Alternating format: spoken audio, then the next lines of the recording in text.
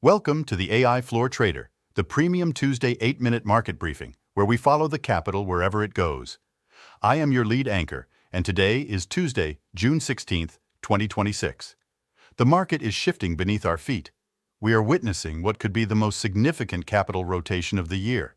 For the last 36 months, the ultimate winning trade on Wall Street was simple: buy semiconductors, buy infrastructure, and by any company supplying the plumbing for the artificial intelligence revolution. It was a gold rush, and the hardware makers were selling the picks and the shovels. But today, the music is slowing down. The story of the week is the great AI reality check. We are officially transitioning from the infrastructure phase of the AI boom into the governance and execution phase, and smart money is aggressively repositioning for this new reality. Let us look at the tape. According to a massive report breaking across CNBC this week, semiconductor shorts are piling on. The winning trade of the decade is aggressively reversing. Hedge funds and institutional players are building massive short positions against the very chip makers that have carried the broader indices to record highs. But why? Why short the backbone of the most transformative technology of our generation? Because the macro narrative has shifted from blind accumulation to regulatory apprehension. The infrastructure supercycle priced in absolute perfection, assuming that enterprise giants would buy hardware at an exponential rate forever. But enterprises have hit a bottleneck. They bought the chips, they built the data centers, and now they are staring down the barrel of global regulation, realizing they do not actually know how to deploy these models safely at scale. This brings us to the real catalyst behind the semiconductor reversal: the global governance crackdown. This week, the Financial Stability Board, the international body that monitors and makes recommendations about the global financial system, officially announced consultations on sound practices for the responsible adoption of AI. When the FSB speaks, central banks listen. When central banks listen, the major commercial banks change their risk models. The FSB stepping into the AI arena means that unchecked, unregulated deployment of artificial intelligence in financial markets is over. Banks are now terrified of systemic risk and algorithmic contagion. Consequently, they are freezing their aggressive AI hardware rollouts until they have clear compliance frameworks. This enterprise pause is exactly why the semiconductor trade is breaking down. And it is not just the financial sector. Gartner released a scathing report this week warning executives that AI governance needs more than policies. For the past 2 years, Fortune 500 boards simply wrote up a 30-page acceptable use policy and called it AI governance. Gartner is calling their bluff. True governance requires hard-coded auditing, massive cybersecurity investments, and continuous red teaming. In parallel, researchers at MIT published a sobering study on the consequences of relying on AI for accurate news, highlighting the massive reputational and legal risks of hallucinations in public-facing applications. The honeymoon is definitively over. Corporations are terrified of liability. The realization that AI scaling requires immense, costly, and complex oversight has slammed the brakes on the hardware buying spree, leaving semiconductor stocks exposed to multiple contractions and a vicious short-seller pile-on. Now we move to Act 2, winners and losers.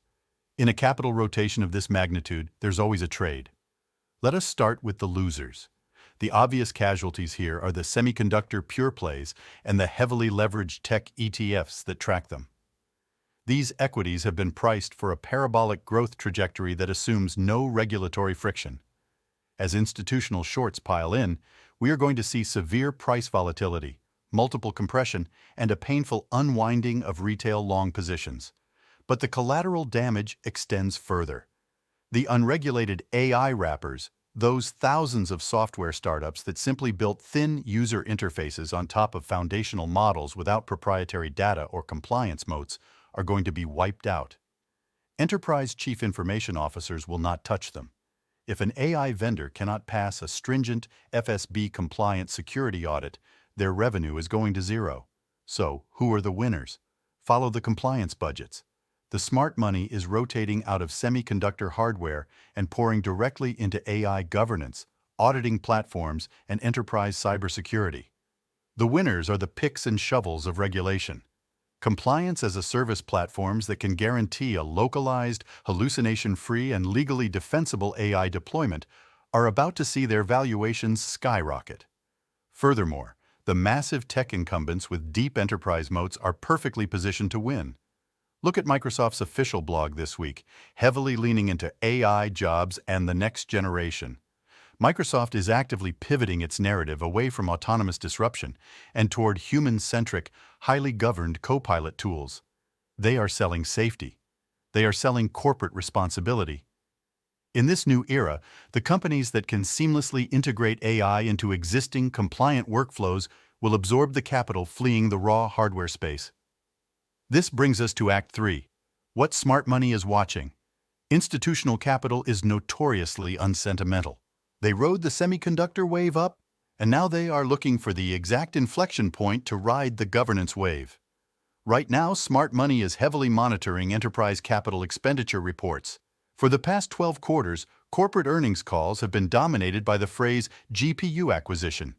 Moving forward, algorithmic sentiment trackers are scanning earnings transcripts for the phrases compliance overhead, governance software, and deployment delays.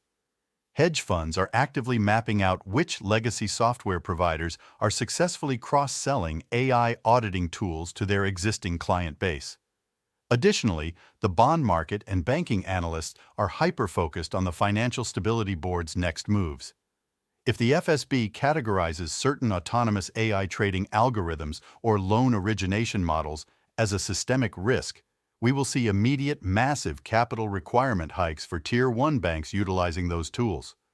Smart money is betting that Wall Street banks will proactively halt their bleeding-edge AI rollouts to avoid these punitive capital charges. This means a direct hit to their IT spending budgets for the second half of 2026. Ultimately, the smart money thesis is this: the exponential growth of compute has outpaced the linear growth of human management. Capital is flowing into the companies trying to close that gap. The boring trade, auditing, risk management, data lineage, is rapidly becoming the most profitable trade on the floor. Finally, Act 4, next week's setup. As we look ahead to the final trading weeks of June 2026, volatility is the only guarantee. For next week, the options market is pricing in massive implied moves across the semiconductor sector. If you're trading the chip names, keep an incredibly tight leash on your risk management. We have key technical support levels being tested on the major semiconductor indices, and with the shorts piling in, a break below those moving averages could trigger a cascade of algorithmic selling. Do not try to catch a falling knife purely on historical hype. Next week, keep your eyes on the global regulatory docket. We are expecting preliminary working papers to leak from the FSB's consultation process, which will give us a clearer map of exactly how punitive the new banking tech regulations will be. Furthermore, monitor the enterprise software earnings scheduled for Thursday. We need to see if the C-suite is officially reallocating dollars from hardware procurement to software governance. Capital isn't leaving artificial intelligence. It is simply growing up. It is maturing from the Wild West into a regulated utility. Adjust your portfolios, respect the macro tape, and follow the money. That is your 8-minute market briefing. I will see you on the floor.